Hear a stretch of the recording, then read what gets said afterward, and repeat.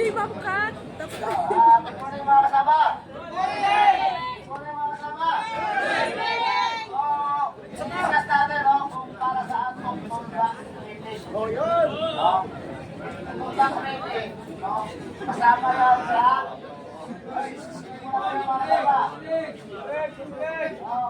wala kayo. Pag tinatanong naman yung iba, hindi alam kasi yung nakikinig. Yung contract rating, kasama yan sa agreement ng company at saka ng tubig. Kasali contract rating para malaman nyo kung ano yung panganib sa trabaho nyo.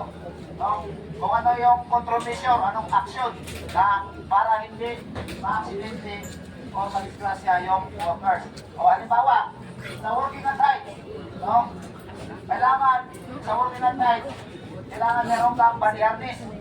Yung body harness na yan, kailangan yung buhok ilalagay doon sa lifeline. Para just in case na malaglag ka, nakalagay ka, matutulungan ka ng mga kasamahan mo. At least, kung hindi ka mag-body harness, pag nalaglag ka sa baba, matutulungan ka, kaso wala na, pinay na, or balik na yung paa. Pag walang ka pa, may ulo, patay. Nakakalungkot. Hindi namin alam kapag may nag-aabing ng kanyan, patay o disgrasya. Hindi namin alam kung paano magpapaliwanag sa pamilya ng workers na naksidente.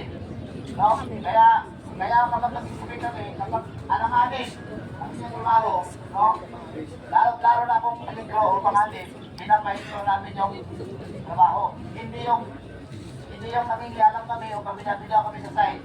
Nakita namin kung gaano kayong kapanganin. Lalo na sa working at night. Isa pa yung yung in-house. Kaya namin sinisita yan kasi nga unang-una hindi alam din sa construction. Yung in-house na saksakan isinire.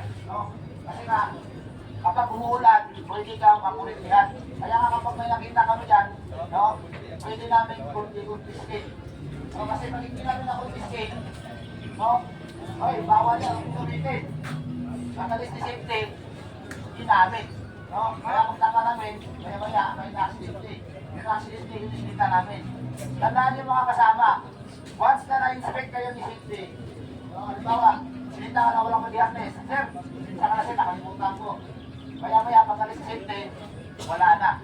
Tandaan yung mga kasama, hindi niloloko nyo si safety, kundi ang niloloko nyo ay sarili nyo. Kasi, kung ma-accidente ka, hindi na makapipakit buhay.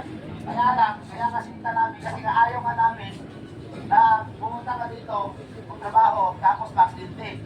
Kaya kapag nakita namin na piligro ka, pinapahinto namin kayo. So, nagkindihan ba mga kasama?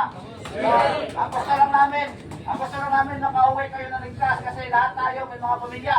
Wala kang asawa,